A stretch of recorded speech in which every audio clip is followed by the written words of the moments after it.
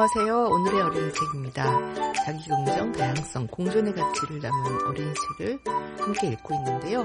다음 북클럽이 올해 발간한 오늘의 어린이책 5호에 추천한 책들을 한 권 한 권 소개하고 있습니다. 지난 시간까지 거의 한 달 동안 사회적 소수자 범주에 속한 책들을 소개했고요.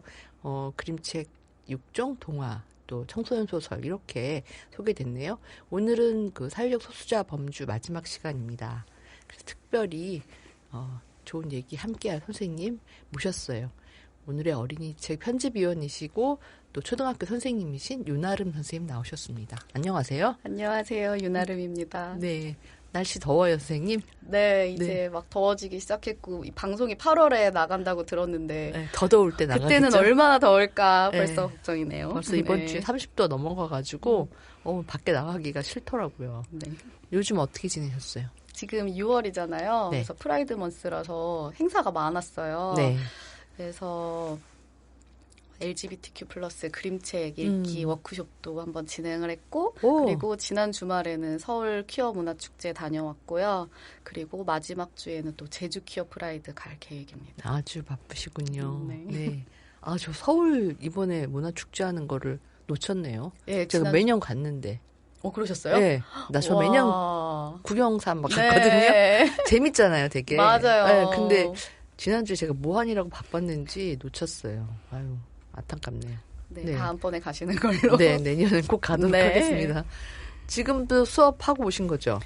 네, 오늘 부랴부랴 1학년과 수업을 마치고 왔습니다. 네, 1학년 담임하셨는데 처음에 되게 좀 긴장한다 그러셨거든요.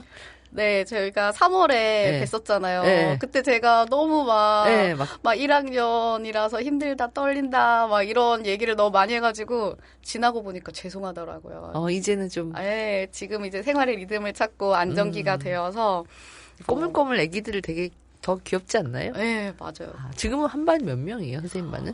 저희 반은 15명이에요. 그게 보통인 건가요? 그래도 요즘은 교육청별로 좀 1학년, 2학년은 인원수를 좀 적게 주는 걸 이제 추진하고 있어서 다행히 소그룹으로 잘 지내고 있습니다. 15명이면 이렇게 한눈에 쫙 들어오시겠어요? 맞아요. 그거는 참 좋습니다. 네. 제가 어릴 때는 70명이었거든요. 저희 이렇게 이제 연식이 막 나오는 거. 1학년 전교생이 15명씩 5반 75명인데. 아, 정말? 그게 한 반이었다니. 네. 그래갖고 맨 뒤에 저 키가 좀 커가지고 1학년 때도 맨 뒤에 이렇게 벽이 붙었던 게 기억이 나요. 맨 뒤에 앉아가지고. 그때나 지금이나 교실 크기는 비슷하거든요. 그러니까요. 그러니까 아이들이 교실에서 편하게 누워서 책도 보고 놀이도 하고 그렇게 지내고 좋네요. 있어요. 약간 어린이집 같은 분위기가 맞아요. 될 것 같아요. 이제 요새 초등학교 저학년 교실은 좋습니다. 아주 좋습니다.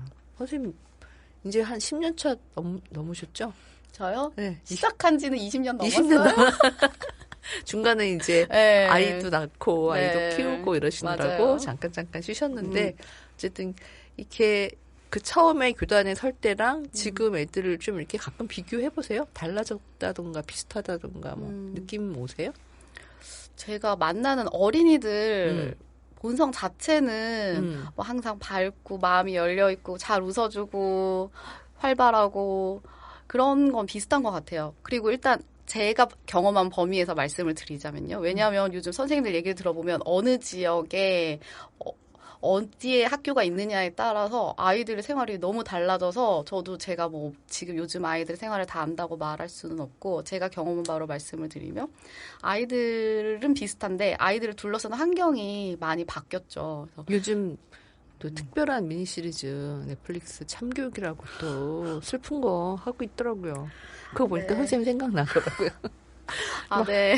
그 얘기는 여기서 안 할 수가 없겠죠? 네네네. 어쨌든 그 아이들이 좀 선생님 반 아이들이 그렇게 몽실몽실 귀엽다니까. 네. 보고 싶네요, 저도. 한번 놀러 오세요, 저희 교실에. 멀지 않습니다, 저는. 네, 아이들이 아주 환영해질 거예요. 근데 좀 달라진 점이 있다면 아이들이 학교에서 보내는 시간이 매우 길어졌어요. 제가 10년 전에도 1학년 담임했었는데 그때는 수업 끝나면 아이들 손잡고 줄 세워서 교문으로 이렇게 데리고 나가서 안녕 이렇게 학교 지도라는 걸 했거든요. 근데 요즘은 학교 안에 돌봄 교실, 늘봄 교실, 방과후 교실 뭐 프로그램이 많아서 아이들이 아이들이 어린이집 종일반 다니듯이 저녁까지 쭉 있다가 한 5, 6시쯤에 귀가를 많이 해요. 그래서 제가 학교 지도를 거의 하지 않고 그냥 다른 방과 교실로 이렇게 보내는 생활을 하고 있어요. 어린이들한테는 익숙할 것 같아요. 맞아요. 유아 때부터 그렇게 살았기 때문에 네. 그게 특별하지 않을 거라는 그런 느낌이 좀 드네요. 네, 금방 적응하더라고요. 네, 그렇군요. 오늘 사회적 소수자 범주책 같이 읽기로 했는데 선생님 학교 얘기하다 보니까 저도 한번 오랜만에 학교 한번 가봐야 되겠다 이런 생각도 좀 들었습니다. 네, 꼭 오세요. 네, 지금 오래됐네요. 네. 네. 사회적 소수자 범주의 책을 고를 때 다음 북클럽에서 사용하는 기준 질문부터 안내해 드리겠습니다. 사회적 소수자의 자기 발견과 성장을 편견 없이 보여주나요? 사회적 소수자는 보조적인 인물로만 등장하지는 않나요? 다양한 계층과 문화권의 여성을 현실적으로 보여주나요? 예, 이렇게 3가지 질문인데 이 질문을 읽다 보니까 오늘 저희가 소개할 책들이 다 요 내용에 해당하는 그런 책들이네요. 그렇죠? 네, 맞습니다. 네. 오늘 우리가 소개할 책은 어떤 책인가요? 2권이죠. 어떤 책인가요? 네, 청소년을 위한 그래픽 노블 1권과 어린이 교양 논픽션 1권을 준비했습니다. 네, 지금까지 그림책 또 동화책하고는 조금 다른 책들 오늘 소개해드릴 것 같습니다. 보통 사회적 소수자를 저희도 어떻게 정의하느냐 가지고 많이 얘기를 하잖아요. 다음 북클럽에서는 주로 이제 가족, 표현, 젠더 다양성 이런 범주와 함께 다양성의 가치를 그렇게 높이는 그런 범주로 사회적 소수자 범주의 책들을 꼽고 있고요. 주로 이제 가장 대표적인 게 차이를 인정하고 존중한다. 이게 이제 핵심적인 개념이다, 내용이다. 이렇게 보시면 될 것 같아요. 그래서 장애인, 퀴어, 이주민, 청소년 이런 이야기들, 사회적 소수자들이 주체적으로 또 존재하고 성장하는가 이런 게 우리가 이 책을 고를 때 가장 중점적으로 살피는 그런 겁니다. 저희가 이 사회적 소수자라는 범주명을 채택하게 된 또 스토리가 또 좀 있죠, 선생님. 네, 저희가 선생님이 제안하시잖아요. 제가 그랬어요? 기억이 안 나요. 처음 제안해 주셨어요. 그랬어요? 네네. 그랬군요. 우리 오늘의 어린이 책이 아주 자랑스러운 우리의 협업작인데 네. 계속 변화하고 발전한다는 게 정말 큰 특징인 것 같아요. 그래서 1권부터 3권까지는 사회적 약자라는 범주명을 썼는데 4권부터는 사회적 소수자로 명칭을 변경을 했습니다. 그 이유는 오늘 소개할 책인 주머니 속 인권에서도 아주 설명이 잘 나오는데요. 사회적 약자라고 하면 그 개개인이 처한 어려운 현실? 이런 것들에 좀 초점이 있다면 사회적 소수자는 권리 보장의 측면에서 사회 구조적으로 어떤 권리를 제한당하고 있고 어떻게 우리가 권리를 보장해야 하는가 더 구조적인 면을 생각하게 하는 그런 용어라서 우리가 사회적 소수자로 범주명을 바꿨습니다. 네. 저희가 이 소수자라는 단어를 1권부터, 그러니까 최초에 저희가 이 성평등 어린이책 큐레이션 작업을 할 때부터 쓰려고 했는데, 기획안부터 빠꾸를 당했어요. 빠꾸라는 단어를 쓰고 싶네요. 이 단어에 대한 어떤 이해가 굉장히 낮은 분들이 많아가지고, 그래서 이제 소수자를 쓰지 못하고 약자라고 아버지를 아버지라 부르지 못하고 약자라고 썼는데 그거를 잊고 있었어요. 저희가도 익숙해져 버려가지고. 네. 근데 선생님이 4권 만들 때 이 제안을 해주셨을 때 맞다. 우리가 그 단어를 안 쓴 게 아니라 못 썼지 이렇게 깨달았던 그렇게 이제 각성시켜 주셨던 그 기억이 납니다. 그래서 제자리를 찾아간 그런 범주명입니다. 3권에서는 또 혐오 반대를 젠더 다양성으로 또 바꿨잖아요. 그렇죠. 그래서 독립 출판을 하니까 또 이런 점은 자유롭게 우리가 할 수 있다는 게 좋네요. 그렇죠. 네. 누구도 뭐라고 안 하니까. 네. 네. 오늘 첫 번째로 소개할 작품은 어떤 작품인가요? 네, 이번 역은 서울역입니다. 라는 작품입니다. 네, 이번 역은 서울역입니다. 근하 글 그림 6번째 봄에서 2025년에 나왔고요. 그래픽 노블입니다. 예, 좀 귀한 책이죠. 한국 그래픽 노블은 참 귀한데, 저희가 큐레이션 했습니다. 다음 북클럽 서평부터 읽어볼게요. 윤아름 선생님 읽어주세요. 네. 한국 사회는 인서울을 꿈꾸라고 말한다. 더 넓은 세상으로 나가기 위해, 새로운 기회를 잡기 위해, 희망을 품고 많은 이들이 대도시로 모인다. 대구에서 나고 자란 시영도 20살이 되자마자 서울로 향한다. 그러나 서울살이는 기대와 달리 이방인이라는 자신의 정체성을 확인하는 시간이다. 고시원, 지하철, 한강대교 등 도심 속 풍경이 채워지는 컷과 컷 사이에는 비서울권 청년, 소수자 등 비가시화된 존재들이 느끼는 현실의 무게가 담겨 있다. 도시라는 중심에서 살아남기 위해 성공과 실패라는 선택지에서 시영의 이야기는 또 다른 갈래의 용기를 전한다. 실패하고 상처받는 경험이 나를 성장시킨다고. 자기 자리를 찾기 위한 이 서투른 성장담이 무사히 이번 역에 도착할 수 있기를 벅찬 마음으로 응원하게 된다. 네. 작가 글그림 같이 한 근하 작가는 경남 거창에서 태어났대요. 서양화를 공부했고 지금도 대구를 중심으로 이 그래픽 노블의 무대가 대구거든요. 이 대구를 중심으로 활발한 활동을 하고 있는 작가입니다. 사랑하는 이모들, 지역의 사생활 99, 달구벌, 방랑 등이 있고요. 또 다른 책들 그림도 그린 그런 작가입니다. 이 작가가 좀 선생님 굉장히 마음에 드셨나 봐요. 아, 네. 네. 이 전작인 네. 사랑하는 이모들도 네. 또 인상 깊게 봤거든요. 네. 그래서 이번 기회에 좀 이렇게 검색을 해봤어요. 네. 그랬더니 주로 이제 여성 청소년 주인공 네.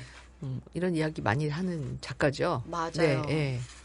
그리고 또 2022년에는 네. 올해 양성평등 문화상, 네. 신진 여성 문화인상도 수상을 하셨습니다. 아, 네. 거기 수상 소감에서 네. 이렇게 말씀을 하셨더라고요. 저와 닮은 여성 인물이 나오는 영화나 소설, 만화를 보면서 치유되고 연결되는 감각을 느끼며 자라왔다. 저도 제 만화와 이야기를 통해 누군가를 치유하고 제 마음이 닿기를 바랐는데 이 상을 받으니 제 꿈을 어느 정도 이룬 것 같아 기쁘고 영광스럽다. 이렇게 말씀을 하셨어요. 진심이 느껴집니다. 네.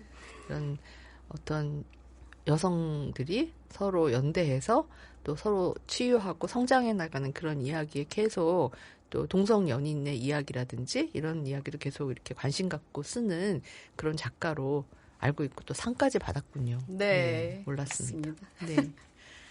우리가 이제 이 작가의 이번 역은 서울역입니다. 딱 듣는 순간 KTX 타고 들어올 때 네. 용산역인가 영등포역인가요? 거기 지날 때 이렇게 딱 나오거든요. 이번 역은 서울역입니다. 그게 이제 실제로 서울역인데 이 서울역이 이 작가에게는 굉장히 서울이라는 공간, 지역 이런 느낌으로 다가왔나 봐요.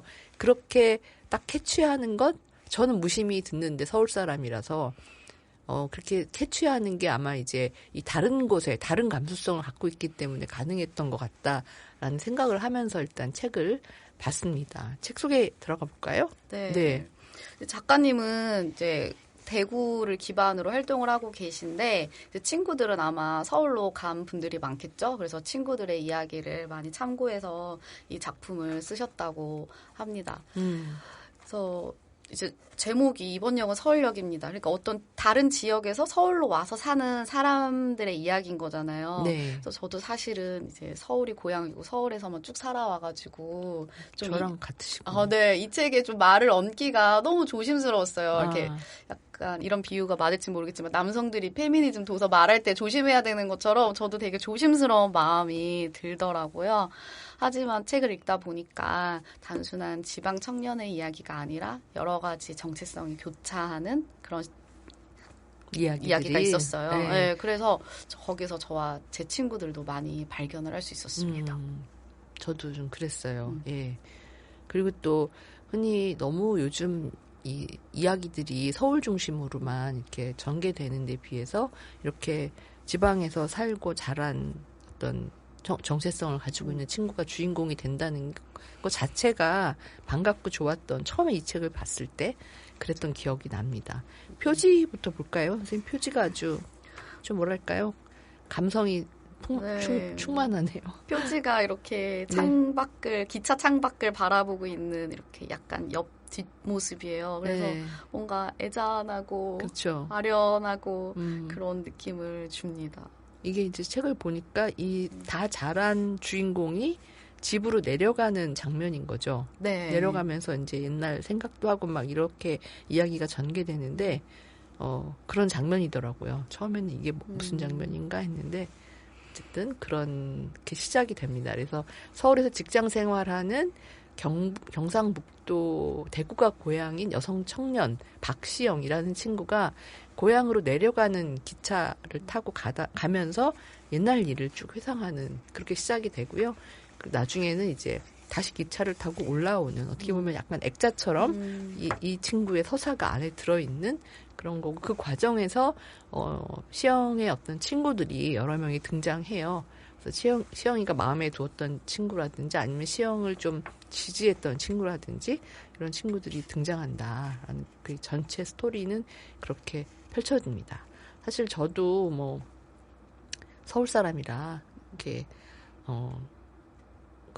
좀 잊고 있는 부분이 있는 것 같은데 저 대학교 때 경상도, 전라도 이렇게 친구들을 많이 만났어요. 처음으로.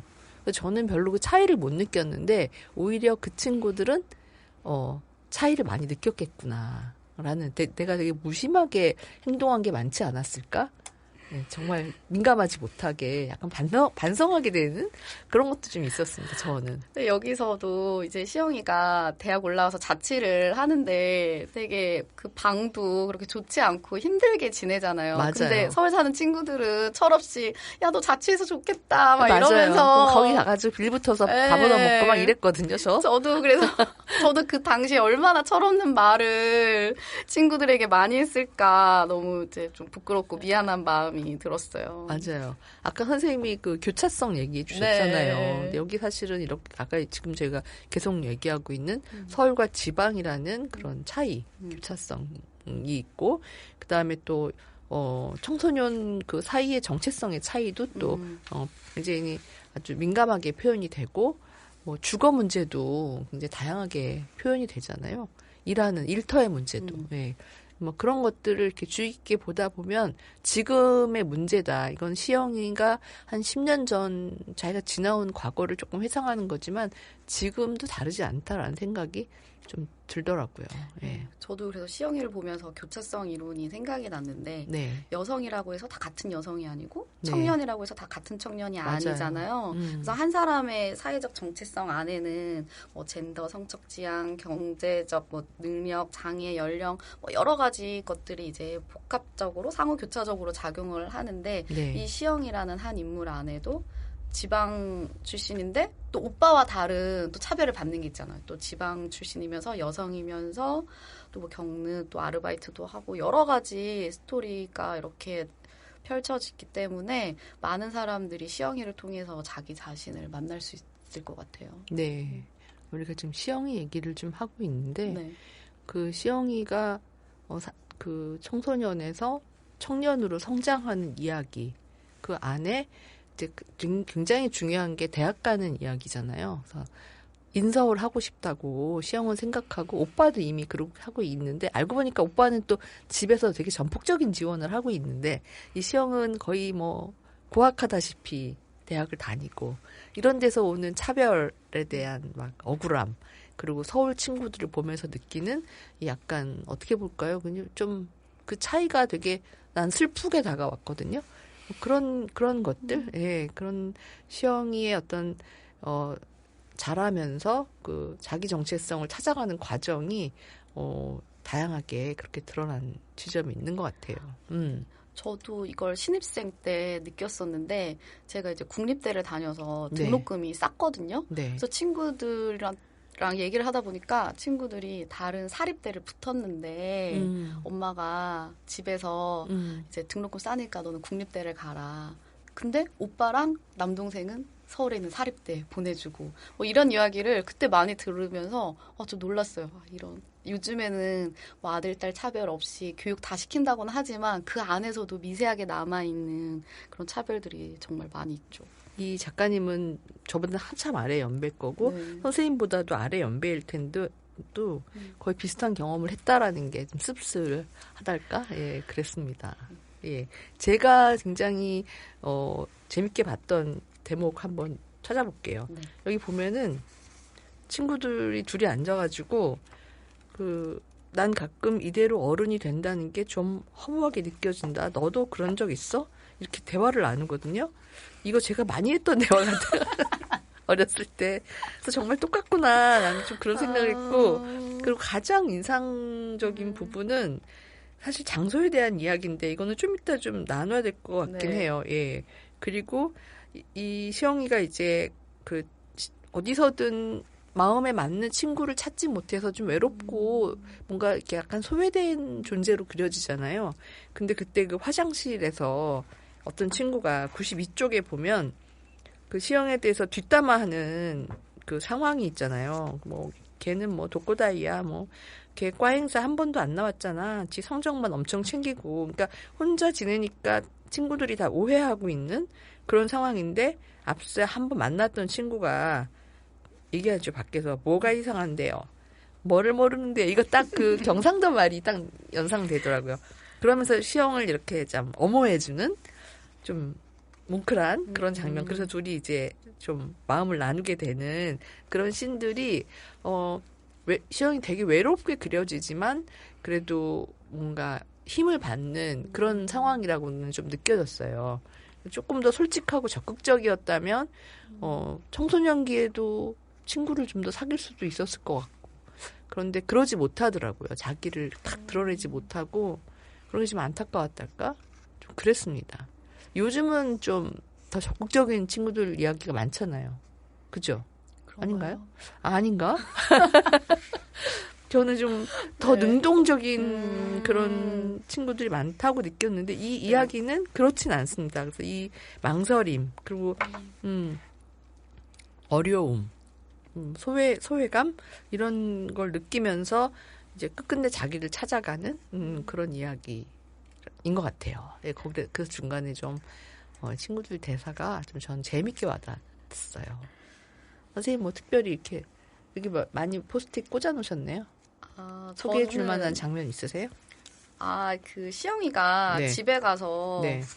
이제 고등학교 때부터 오빠는 기숙사비 내줘서 편하게 학교에서 맞아요. 이제 통학 힘들지 않게 공부하게 해주는데 통학 거리가 먼데도 시영이는 집에서 다니라고 하고 뭐 여러 가지로 계속 집에서 이제 차별이 많았잖아요. 그래서 그런 거에 대해서 이제 부당함을 부모님께 얘기를 들으니까 갑자기 얘는 지금 집안에서 트러블을 일으키는 아이가 되어서 엄마가 뭐 뭔 말을 못 하겠다 네 앞에서는 막 이렇게 얘기를 하는 게 너무 많이 들었단 말이에요. 그쵸.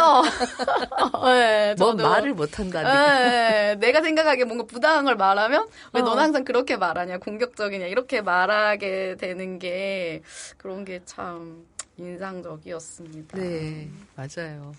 그리고 가장 참 안쓰러웠던 거는 이 시영이 서울에 와서 여기 적응하려고 편의점 알바도 하고 뭐 고시원 생활도 하고 막 이런 게 나오잖아요. 네. 아까 저희가 얘기했지만 그렇게 지방에서 서울로 올라왔을 때 형편이 넉넉하지 않으면 지원을 많이 못 받은 경우에 이렇게 살아가는 그 모습들이 되게 안타깝고 안쓰럽고 좀 그랬어요. 그래서 이런 어떤 서울이 중심이라면 이게 중심과 주변도 사실 뭐 어떻게 보면은 굉장히 편견에 쌓여있는 단어이긴 한데 서울이 우리나라에서는 하나의 중심으로 기능하고 있기 때문에 그것에 대한 비서울권 그 청년들이 느끼는 어떤 열패감이나 절박감 같은 거 그런 거를 또 아주 사실적으로 잘 드러내주고 있는 것 같습니다. 예.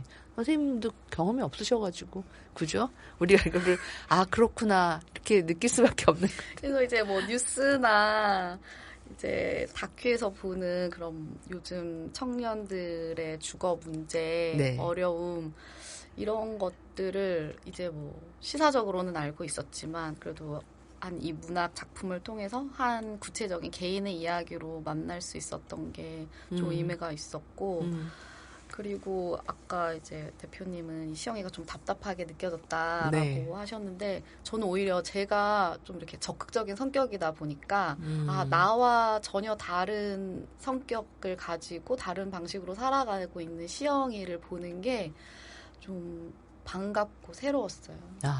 거꾸로구나. 네. 저는 제가 약간 답답한 성격이라. 넌 왜 그런 거야? 이렇게. 똑같은 걸 보려니까 짜증나. 좀 뚫고 나가지. 뭔가 그 반대의 모습을 보고 싶은가 봐요. 그래서 제가 좀 참고 약간 여기 나와 있는 시영이처럼 비슷한 경험들이 있거든요. 이 뭐랄까 남자 형제만 둘이 있다 네. 보니까 그 사이에서 장녀가 겪는 여러 가지 그 차별 이런 것도 아주 섬사이가 많거든요. 그러다 보니까 똑같은 걸 보는 거예요 지금. 나도 이랬는데 얘 또 이러네 막 이런 느낌? 네. 그랬던 것 같습니다. 아까 제가 말씀드리고 싶었던 게 이 장소에 대한 거예요. 여기에 이제 제목도 이번 역은 서울역입니다. 그리고 이게 이제 어떤 지역 교차성의 관점으로도 읽을 수 있는데 여기 보면은 이 대구에 살면서 서울로 올라가려고 하는 아이들의 말들이 나와요. 그 보면은 47쪽에는 더 넓은 세상 가고 싶지 않냐 얘들아 라고 이제 내가 사는 곳이 아닌 곳을 그렇게 상정하는 곳 그런 게 있고 또 47쪽인가 73쪽 73쪽이네요. 거기에는 친구하고 같이 생각하는 부분이 매일 보내는 것 같은데 혜민아 난 막연하게 서울에 있으면 덜 외로울 줄 알았다. 나도 이 많은 사람들 속에 자연스럽게 섞일 수 있지 않을까? 그러다 보면 한 명은 날 이해해 주지 않을까? 뭐 그런 걸 기대했거든. 근데 사실 그렇지 않죠. 그런데 여전히 외로운 것 같아. 그렇게 원했던 서울에 왔는데 왜 자꾸 이런 생각만 하는 걸까? 이렇게 장소와 어떤 마음이 계속 교차되고 있어요. 그리고 근데 이게 계속 진화해 가거든요. 그래서 뒤로 가면 뭔가 서울은 크고 화려하니까 좋은 일만 일어날 것 같았지. 어릴 때라 환상이 가득했어. 이게 깨져가는 과정이에요. 점점 깨지고 나중에 이제 집에 다시 돌아왔을 때는 또 집도 불편한 곳입니다. 이럴까봐 집에 오기 싫었어. 너무 이해되지 않습니까? 그러니까 서울도 이 주인공은 안식처가 아니고 집도 이제는 안식처가 아닌 그런 게 이제 전체 흐름으로 이렇게 장소에 대해서 전개가 돼요. 그리고 마침내 이게 독립하잖아요. 물론 이제 독립 과정에서 집의 도움을 약간 받긴 하지만 어쨌든 자기가 이제 전셋집을 구하는데 그 집을 구하면서 한 얘기가 있어요. 162쪽에 보면 여기서 살면 좋은 일만 일어날 것 같은 기분이 드는 그런 집이라고 표현이 돼 있거든요. 그러니까 집을 고를 때 어떤 집이 좋을까라고 막 고민을 하다가 이런 마음의 소리로 이제 마음을 먹는 그래서 계약서를 씁니다. 박시영 해 도장까지 찍는 그래서 이제 내 집을 마침내 서울에서 집을 갖게 되는 자기만의 공간을 갖게 되는 사실 자기만의 공간을 갖는 게 엄청 중요하잖아요. 그렇죠. 독립하고 주체적으로 살아가는데 그것처럼 중요한 게 없는데 어떻게 보면 이 이야기는 이제 그런 과정을 담고 있어요. 물론 근하 작가님은 대구에서 쭉 생활하신다고 그랬는데 아마 취재했던 친구들을 통해서 그런 얘기를 많이 들으신 게 아닐까라는 생각을 좀 했습니다. 예. 저는 뭐 이렇게 읽었어요. 쌤은 또 어떤 이야기 해주실 수 있을까요? 저도 이제 다큐적으로 생각을 자꾸 하게 돼가지고 네. 이 청년이 서울에 올라와서 주거가 어떻게 이동을 하게 되는가. 그래서 뭐 기숙사, 고시원, 아주 작은 원룸에서 또 약간 이제 공간이 분리되어 있는 그런 빌라 같은 곳일까요? 네, 그런 것에, 그런 것을 마지막 장면에 보면은 그게 이제 파노라마처럼 이제 한 장 한 장 집의 변전사가 나오잖아요. 그렇죠. 네, 그래서 그런 것들을 창 안으로. 그래서 짚어냈다고 생각을 했는데 역시 대표님은 되게 문학적으로 깊이 있게 읽어오셨네요. 그렇지 않고요.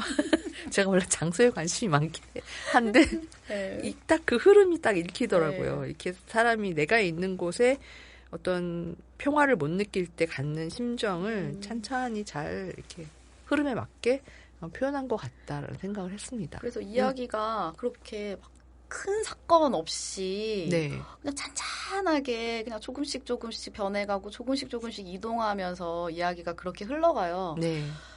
그리고 전작 그 사랑하는 이모들도 그랬거든요. 그래서 책을 덮고 나면 뭔가 이렇게 빵 터지는 막 결정적인 그런 사건이 없어서 그냥 이야기가 이렇게 끝났네? 하는 좀 느낌이 들기도 하지만 또 오히려 그런 것 때문에 더 잔잔한 여운이 남는 것 같아요. 그게 요즘 트렌드잖아요, 선생님. 그렇죠. 현대문학에.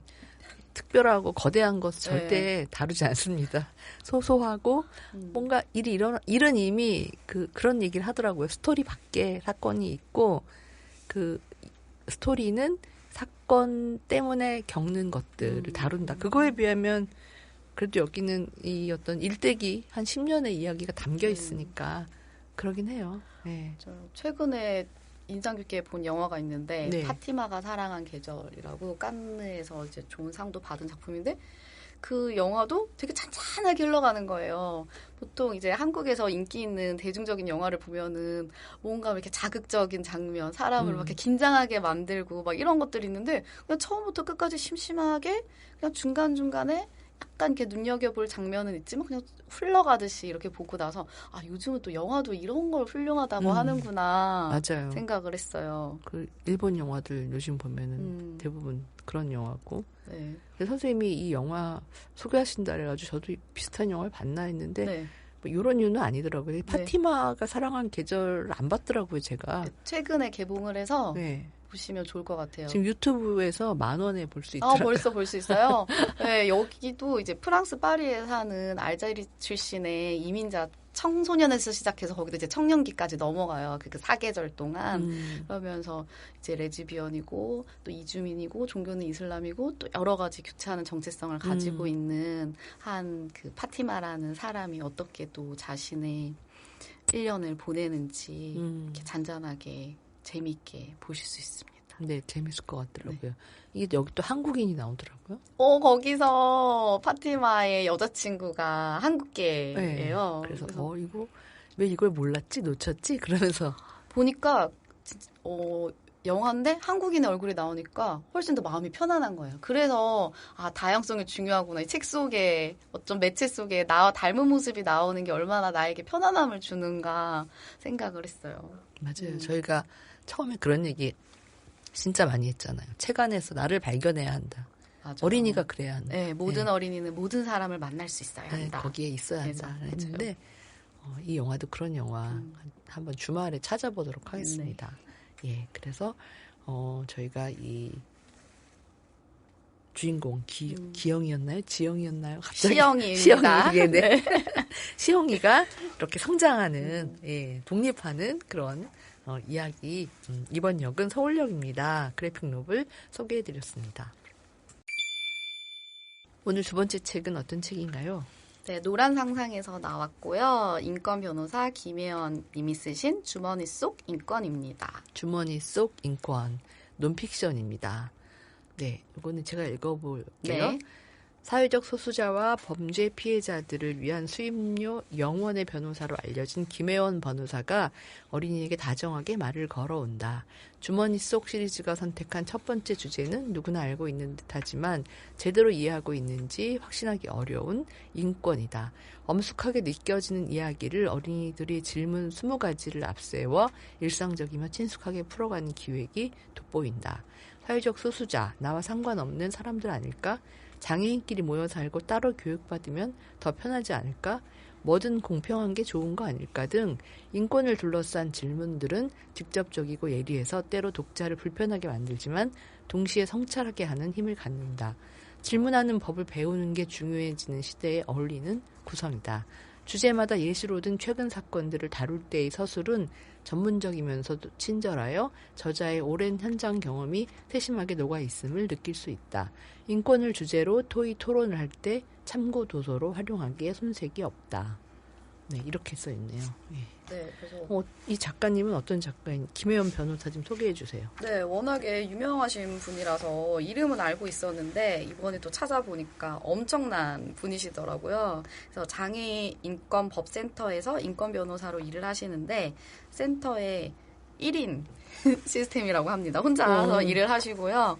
그리고 장애인, 아동, 이주민 등 사회적 소수자와 범죄 피해자들을 위해서 무료로 변호를 하신대요.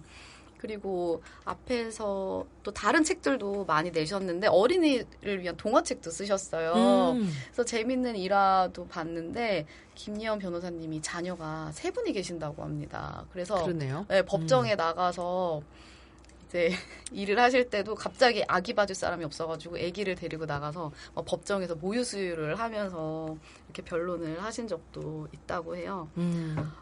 그리고 이 책이 이제 20가지의 질문으로 구성이 되어 있는데 실제로 도토리 마을 방과후 어린이들과 교사들이 인권 관련 도서를 읽고 나눈 이야기를 토대로 이렇게 쓰셨다고 합니다. 그래서 어린이에게 관심이 많으신 것 같아요. 현장성이 높은 네. 책이네요. 생생한 어떤 경험에서 우러나는 그런 주제를 선정한 것도 그렇고 질문도 그렇게 뽑힌 그런 책인 것 같습니다.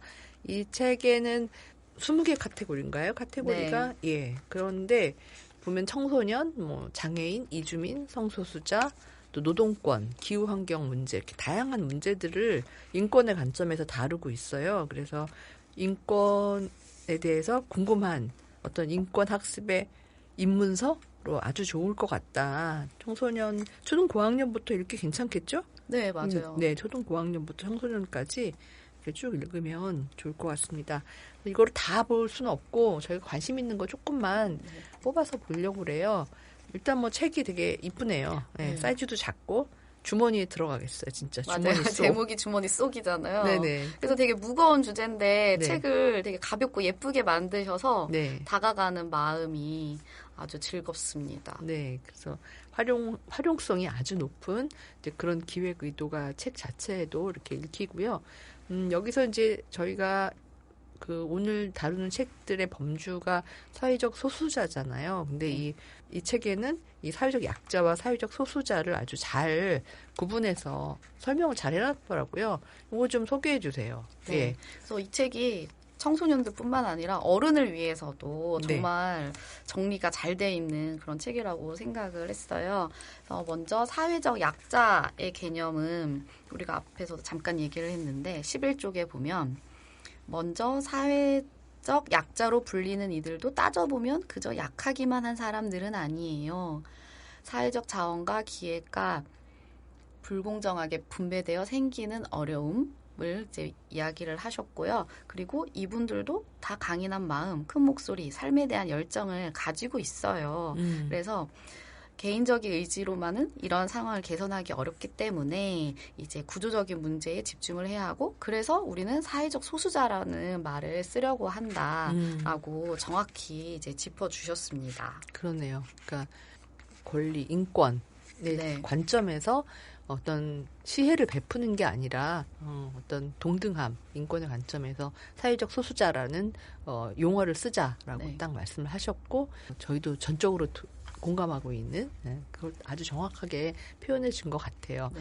여기에 이제 그 사회적 소수자에 관련된 이야기를 하면서 굉장히 많은 할애를 한 게 혐오 표현에 대한 거잖아요.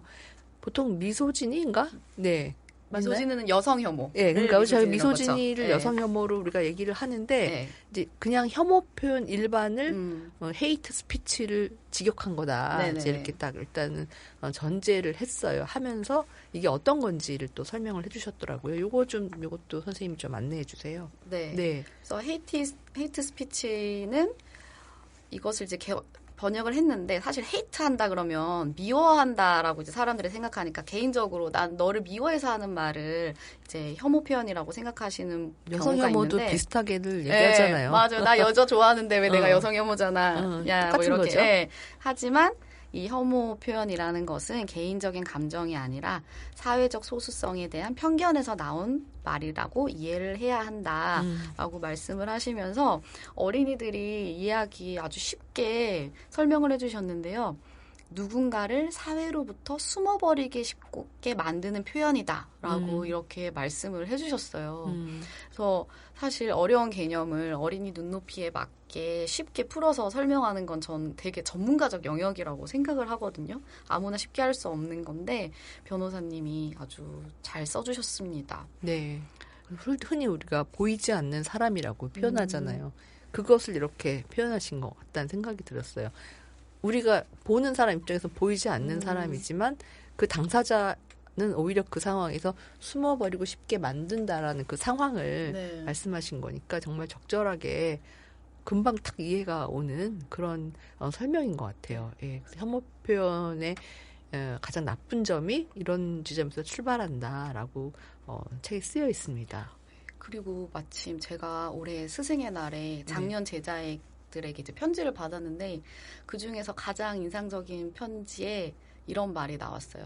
선생님한테 무엇이 차별이고 차별은 왜 나쁘고 평등이 왜 중요한지 배웠던 게 기억이 많이 남는다. 그러면서 예전에는 친구가 나에게 차별하는 말을 하면 숨고만 싶었는데 이제는 그건 차별이야 라고 말할 수 있게 되었다라고 편지를 썼더라고요. 진짜. 그래서 되게 어린이의 말로 쓴 거잖아요. 그래서 되게 감동적이었는데 이 변호사님도 이렇게 쓰셨다는 게 정말 어린이의 마음과 되게 잘 통했다라고 감탄을 했어요. 아마 이 김효연 변호사도 그런 경험을 많이 하셨을 것 같아요. 네, 맞아요. 본인이 또 시각장애인이시기도 하고 네, 맞아요. 네, 그래서 스스로 체험하고 또 변호를 하는 과정에서 그런 사례도 많이 겪었기 때문에 이렇게 풀었을 수 있게 되신 게 아닐까 그런 생각이 좀 들었습니다. 우리 일상에서 사실 이렇게 혐오 표현, 숨어버리고 싶게 만드는 그런 표현 되게 많잖아요. 그렇죠. 숨게 만들고 내가 지금 잘하고 있는 게 맞나? 나를 자꾸 검열하게 만드는 표현. 맞아요. 하다못해 뭐 아줌마, 뭐 요즘 엄마들이 이런 말만 들어도 아이 키우는 입장에서는 내가 지금 뭐 잘못하고 있는 거 없나? 맞아요. 네, 그런 거 생각하게 되잖아요. 맞아요. 자꾸 자기 자신을 작게 만들고 그 검열하게 만드는 게 혐오 표현이라고 할 수 있죠. 뭐 지난번에 있었던 지선에서도 사실 우리 눈에 정말 눈에 가시 같은 혐오 표현이 벽에 막 붙어 있는 걸 많이 봤잖아요. 네. 특히 교육감 선거 같은 경우에 아니 저런 거를 이렇게 버젓이 붙여놔도 되는 것인가? 저희가 막 단톡방에서 막 성토하고 그랬던 기억이 나네요. 너무 이제 상처가 되고 정말 매일 보면서 고통스러웠는데요. 거기서 이제 뭐 동성애 교육 아웃 뭐 이런 차별 금지법 반대 막 이런 거. 그런 걸 보면서 그런 성소수자, 특히 청소년들, 어린이들은 얼마나 괴로웠을까. 맞아요. 사회적으로 나를 저렇게 밖으로 나가라고 하는구나. 이 사회에 있으면 안 된다고 하는구나라는 말을 들었을 때 움츠려드는 마음이 당연히 들 수밖에 없죠. 이번 역은 서울역입니다의 그 주인공이 그렇게 움츠러드는 성장기를 보내잖아요. 저런 혐오 표현이 사회에 많아지면은 스스로를 감추고 싶은 사람들이 많아지는 건데 그런 교육을 하신다는 분이 저런다는 게 정말 너무 끔찍했다.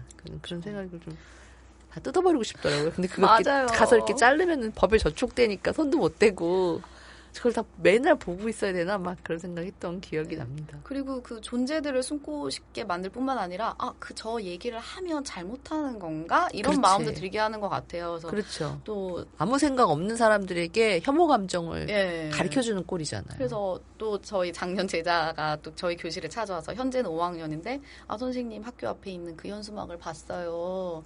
하면서 이제 좀 이렇게 속상한 표정으로 말을 하더라고요. 그래서 뭐 그 동성애 뭐 이런 거 교육 봤어? 했더니 맞대요. 그래서 그래서 어떤 생각이 들었냐 그랬더니 저 사람은 왜 저렇게 얘기를 하는지 모르겠다 이렇게 얘기를 해서 제가 혹시 너가 이렇게 되게 마음이 불편한데 이 불편한 마음을 다른 사람한테 얘기해 본 적 있느냐 했더니 없다는 거예요. 선생님한테만 얘기하는 거예요. 이렇게 얘기를 하고 그 옆에 다른 친구가 있었는데 얘가 야 너 나한테도 그런 말 안 했잖아 이렇게 얘기를 하더라고요. 그 친구는 그러니까 사람을 가리고 조심하게 됐다라는 거잖아요. 자기를 숨기고 어떤 의미에서 자기 생각을 숨기는 거잖아요. 그렇죠. 생각을 숨기게 하는 거죠. 그래서 제일 나쁜 거죠. 네, 맞아요. 어린이가 자기 생각을 떳떳하게 말할 수 있고 논쟁할 수 있어야 되는데 아예 말하지 못하게 만드는 그런 상황들이 이렇게 어린이 환경에 있다라는 게 참 이런 책을 보다 보면 우리 환경이 정말 좀 사악하구나 이런 생각을 할 때가 있어요. 맞아요.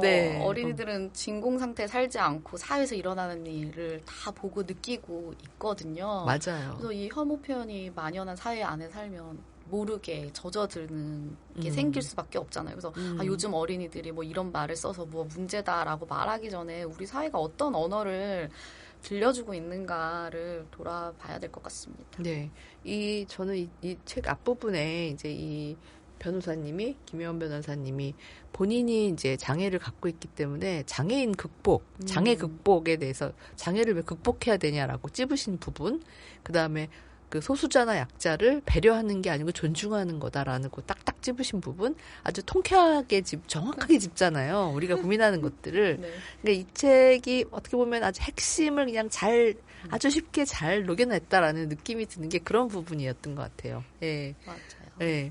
그리고 이제 이 굉장히 많은 부분에서 뭐 청소년 인권 문제, 청소년 정치적인 참여권, 또 요즘 문제되는 그 디지털에서 숨을 권리, 촉법 소년 문제, 장애인, 이주민 이렇게 아주 그냥 그 많이 나오는 신문에 많이 나오는 그런 다양한 사람들의 인권의 문제를 계속 이야기를 하고 있어요. 근데 이제 선생님 아까 그 서평에도 나왔지만 인권 이런 주제로 친구들하고 토론이나 뭐 이야기 많이 나눠보세요? 뭐 일상에서 어린이들과 이제 좀 맞닿아 있는 이런 일들이 일어날 때 좀 얘기를 하는 편이고 그리고 이 진짜 되게 시사적이고 시의적이라서 네. 여기에 나와 있는 모든 주제들로 검색을 하면 아마 최근 한 달 이내의 뉴스들을 다 찾아볼 수 있을 것 같아요. 그래서 그럴 것 같아요. 네, 되게 생생하게 읽을 수 있는 좋은 책이라고 생각을 합니다. 뭐 이렇게 토론하거나 이럴 네. 때 특별히 뭐 유의하시는 점이라든지 아니면 뭐 경험담이라든지. 네.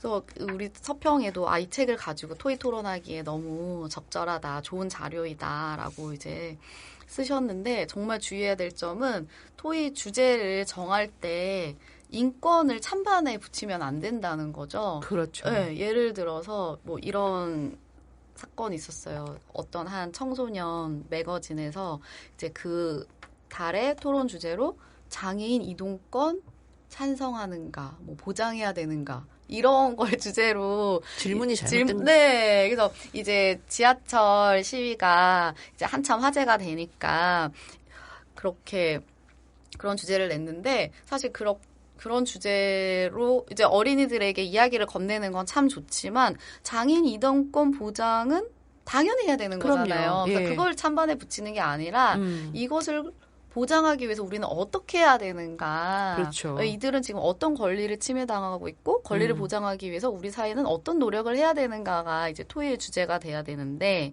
뭐 동성애 찬성하십니까? 뭐 장애인 이동권 찬성하십니까? 이거는 그냥 당연한 인간의 인권이기 때문에 인권에 찬성하냐 반대하냐 네. 묻는 게 참 무식한 질문이죠. 네. 이렇게 말할 수밖에 없네요. 맞습니다. 네. 그래서 그런 주제를 선정하실 때, 이런 주제를 어린이들이랑 이야기를 해보고 싶다라는 마음은 좋지만 좀 더 섬세하게 접근할 필요가 있습니다. 맞아요. 그래서 이렇게 권리의 문제를 마치 선택할 수 있는 것이냐. 네. 그 질문을 받으면 사람들이 이게 권리의 문제라는 생각을 깜빡 잊고 자기 입장에서만 굉장히 이기적인 자기의 편리와 불편 요거 관점에서만 생각하게 만들더라고요. 근데 한 걸음만 나가면 사실 장애인에게 편리한 사회는 비장애인은 더 편리한 사회가 되잖아요. 맞아요. 다리 조금만 다쳐봐도 무거운 짐 좀 들고만 다녀봐도 맞아요. 너무 알죠. 얼마나 그 이동하기가 힘들어요. 그래요. 근데 전장현 시위에 대해서 많은 분들이 이제 어떤 의견을 내놓을 때 보면 이 사회가 그렇게 장애인에게 아주 편리한 사회가 되면 훨씬 좋은 사회가 된다라는 관점으로 좀 더 많이 얘기가 되면 좋겠다라는 생각을 좀 하게 합니다. 그리고 유니버설 디자인 이야기도 또 여기 나오잖아요. 장애인이든 뭐 비장애인이든 다 편리하게 되는 어떤 8장에 보면은 기술을 이야기할 때 디자인이 얼마나 필요한가에 대한 이야기도 나누시는 것 같아요. 그래서 장애인이 기술에서 소외되는 측면도 있지만 또 한편 발달한 기술 때문에 학습권도 더 많아지고 이렇게 되잖아요. 네. 그런 측면을 또 설명해 주셨어요. 그래서 그런 디자인이 더 많이 나와야 된다. 이런 얘기 또 장애인 부분에 저는 또 재밌게 봤던 부분입니다. 그리고 또 한 챕터로 크게 나오는 게 이제 성소수자 인권 부분인 것 같아요. 우리가 사실 이 성소수자 인권이 중요하다라고 하지만 실제적으로는 막 이렇게 터놓고 많이 이렇게 논의를 잘 못하잖아요. 현실적인 문제들이 계속 있으니까. 네. 그런 거에 대해서는 선생님은 어떤 사례라든지 아니면은 뭐 걸 갖고 계세요? 학교 교육과정 안에 들어와 있지 않고 또 성소수자 인권을 학교에서 말했을 때 이제 너무 저항이 크니까 네. 먼저 적극적으로 이야기하기보다는 아이들이 이미 그 개념을 알고 있고 생활 속에서 용어, 뭐 게이, 레즈비언 이런 말을 많이 쓰거든요. 그래서 생활 속에서 아이들이 그런 말을 쓸 때, 그 말 어떻게 알게 됐어? 그 말을 어떤 의미로 사용하고 있어? 뭐 우리는 어떻게 생각해야 될까? 아이들 입에서 먼저 그 재료를 가져와서 얘기를 많이 하고 있습니다. 네. 저는 외국 여행 갔을 때 그렇게 성중립 화장실 이런 거를 본 기억이 있거든요. 네. 약간 낯설긴 하지만 그게 왜 필요한지, 왜 저렇게 가야 되는지를 공감하기 때문에 이제 별 생각 없이 하는데, 우리나라 같은 경우에는 몇 년 전에 그 잼볼인가요? 할 때. 네, 맞아요. 그게 있었잖아요. 네. 그게 막 뉴스에 나왔던 네. 무슨 특별한 일인 것처럼 막 나왔던 그 기억도 좀 납니다. 그런 경험도 좀 있으시죠? 그런 필요성을 느낀다든지? 그렇죠. 그리고 꼭 성소수자가 아니다 하더라도 뭐 어린 아이와 성별이 다른데 같이 뭐 수영장이나 화장실을 이용해야 할 때, 그리고 뭐 노인과 함께 이용해야 할 때, 그래서 누구나 모두의 화장실이 있으면 편하게 그렇죠. 사용하실 그렇죠. 수 있거든요. 좀 널찍하게 네. 모두의 화장실 개념으로 그렇게 하면 되는데, 특히 이제 휴게소 같은 데 가보면 남녀 분리해 놓은 화장실 보면은 여자 화장실만 막 줄이 길고 남자 화장실은 텅 비어있고 막 이런 거 보면은 뭔가 이게 불공평하다. 이 설계부터 불공평하다 이런 생각 저희 갖잖아요. 근데 이렇게 성중립 화장실로 해놓으면 그런 문제도 저는 해결이 될 것 같아요. 이게 디자인의 문제인데 그런 게 좀 더 많아지면 좋겠다라는 생각을 또 이 책 보면서 했습니다. 맞아요. 장애인 이동권처럼 모두의 접근권이 넓어지는 것으로 생각해 주시면 좋을 것 같아요. 맞아요. 예. 결국은 모두의 인권을 존중해주면 어떻게 보면은 모두가 다 혜택을 받을 수 있는 건데, 우리가 공정을 얘기할 때, 뭐 능력주의를 얘기할 때 비슷하게 너무 내 위치에 나 중심으로만 사고하니까 그걸 자꾸 놓치는 것 같아요. 이 모두를 위하면 나도 편해진다라는 거를 좀 생각하면 좋겠다. 이 주머니 속 인권을 읽다 보면 그런 생각을 하게 됩니다. 네. 또 선생님이 좀 추가로 또 책에서 꼭 더 얘기하고 싶으신 내용이 있다면 어떤 게 있을까요?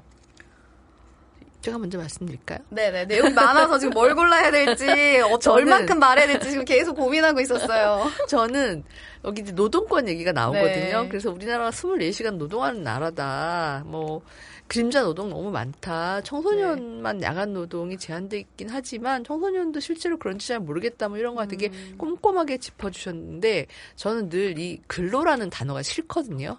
그래서 이미 이제 올해부터 노동절이 됐잖아요. 맞아요. 그래서 모든 이 용어를 노동으로 좀 바꿔라. 부지런히 노동한다. 이게 근로잖아요. 이건 벌 한 50년 전 개념인데 이거 싹 다 바꿨으면 좋겠다는 생각을 이걸 했어요. 그래서 그 생각을, 이거 좀 개념이 중요하니까 우리가 사회적 약자가 아니라 사회적 소수자로 했듯이 근로가 아니라 노동이다. 그래서 노동권을 존중해야 되고 노동권을 보장해야 되고 또 그만한 뭔가 이렇게 그걸 받아야 되잖아요. 예, 노동한 만큼. 정당한 대가를 네, 받아야죠. 그런 생각을 좀 했습니다. 저는 요 정도 저의 소감 주장. 네, 올해 노동절 첫 해를 보내서 저도 너무 감격스러웠고, 그래서 그래도 뭐가 조금씩은 바뀌고는 있구나 하는 생각이 들었고요. 네. 우리가 뭐 유모차를 유아차로 바꿔쓰기 운동하는 것처럼 근로를 노동으로 바꿔쓰기 운동 해야겠네요. 그 단어가 좀 계속 이렇게 걸려요. 시각적으로. 그랬으면 좋겠습니다. 네. 그리고 선생님 말씀 안 하시니까 제가 추가로 이 마지막에 기후환경 얘기하면서 물고기 얘기 나오거든요. 물고기 아니다. 물살이다. 네. 이것도 근데 저 이거 좀 생소해 있는데 그렇구나. 우리가 동물권, 식물권, 비존재에 대한 권리까지 지금 얘기하는 시대에 물고기라니, 물살이로 해야 되겠다. 얼마 전에 저 친구들하고 모였는데 돌멩이가 반려가 될 수 있는가 이런 거 가지고 한참 논쟁했거든요. 저는 돌멩이도 반려가 될 수 있다 그 주장했는데 친구 하나는 상호작용이 있어야 된대요. 돌멩이하고 무슨 상호작용이 일어나냐. 반려가 될 수 없다. 돌멩이의 권리도 인정해야 된다. 돌멩이도 내 아이 반려가 될 수 있다. 막 이러면서 동물권, 식물권에서 더 나아가서 우주에 돌멩이가 말하는 헤일 메리 같은 그런 영화도 나왔잖아요. 그래서 저희가 좀 그런 생각, 이렇게 막 확장하는 그런 상상을 하면서 그게 생각이 나네요. 네, 저희 집에도 물살이 반려동물, 돌멩이가 있어요. 반려돌멩이 아닌가요? 저희 아이가 산 거. 저희 아이가 그걸 샀어요. 그래서 저도 그걸 보면서 요즘엔 별게 다 있구나. 그래서 이렇게 그 인형 옷 입히듯이 막 모자도 씌워주고 막 이렇게 집도 이렇게 둥지 같은 집도 있고 그렇게 막 표정도 진짜네요? 네, 진짜로 그걸 판매해요 실제로. 근데 뭐 그런 풍뎅이 같은 것도 곤충도 사실 특별한 교감 없지만 열심히 그렇죠. 잘 키우잖아요 어린이들이. 네. 그런 것도 있고 애착 인형과도 교감을 나누고 하는 거 보면은 전 돌멩이도 될 수 있을 것 같아요. 그렇죠. 네. 저도 주장했거든요. 나는 어떻게 보면 나는 약간 동물은 내가 좀 무서워하지만 식물은 좋아하는데 식물은 키우려면 힘이 들다. 나는 내 수준에는 돌멩이가 제일 좋다. 이러면서 돌멩이도 반려존재가 될 수 있다. 돌멩이도 이렇게 목욕시켜주고 그럼요. 쓰다듬어주고 그것처럼 그렇죠. 네. 공간도 마련해주고 가끔씩 이렇게 주머니에 넣고 다니고 막 이렇게 그런 생각도 엉뚱하게 책 읽다가 끝에 하였습니다. 네. 그 동물권 관련해서는 아까 물살이 말씀하셔서 외국인들이 한국 왔을 때 되게 기이하게 보는 것 중에 하나가 그 고기 파는 식당 있잖아요. 네. 예를 들어서 돼지고기 뭐 삼겹살 구이를 판매하는 집인데 그 앞에 돼지 모형에 막 웃고 있는 돼지 인형이 있다거나 소고기 한우 구이집인데 그 앞에 소 인형을 갖다 놓는다거나 그게 너무 이상하다는 거예요. 그 웃고 있는 돼지나 소의 얼굴을 보면서 그 고기를 먹고 있는 게 약간 이게 잠깐 그러네요. 괴기한 그런 느낌을 준다고 합니다. 그것도 재밌네요. 네. 네, 아주 심각한 얘기지만 저희가 즐겁게 마무리를 해보았습니다. 네. 오늘 두 권의 책 함께 읽었습니다. 이번 역은 서울역입니다. 주머니 속 인권. 네. 선생님하고 얘기하니까 진짜 시간 가는 줄 모르고 재밌게 읽었습니다. 오늘 어떠셨어요? 저희가 참 다음 북클럽에 들어와서 처음 해보는 게 너무 많아요. 근데 오늘 이 녹음도 처음이었는데 우리 1학년들이 학교 처음 입학할 때 얼마나 떨렸을까 그 마음을 다시 이해를 하게 됐습니다. 그래도 뭐 아주 낭낭하고 씩씩하게 재미나게 해주셨어요. 저는 이렇게 장단 맞추면서 녹음했습니다. 네, 감사합니다. 네, 윤아름 선생님과 함께한 시간 선생님 수고 많으셨어요. 고맙습니다. 네, 고맙습니다. 오늘의 어린이 책 오늘 순서 여기서 마치겠습니다. 다음 시간에 다시 찾아오겠습니다. 감사합니다.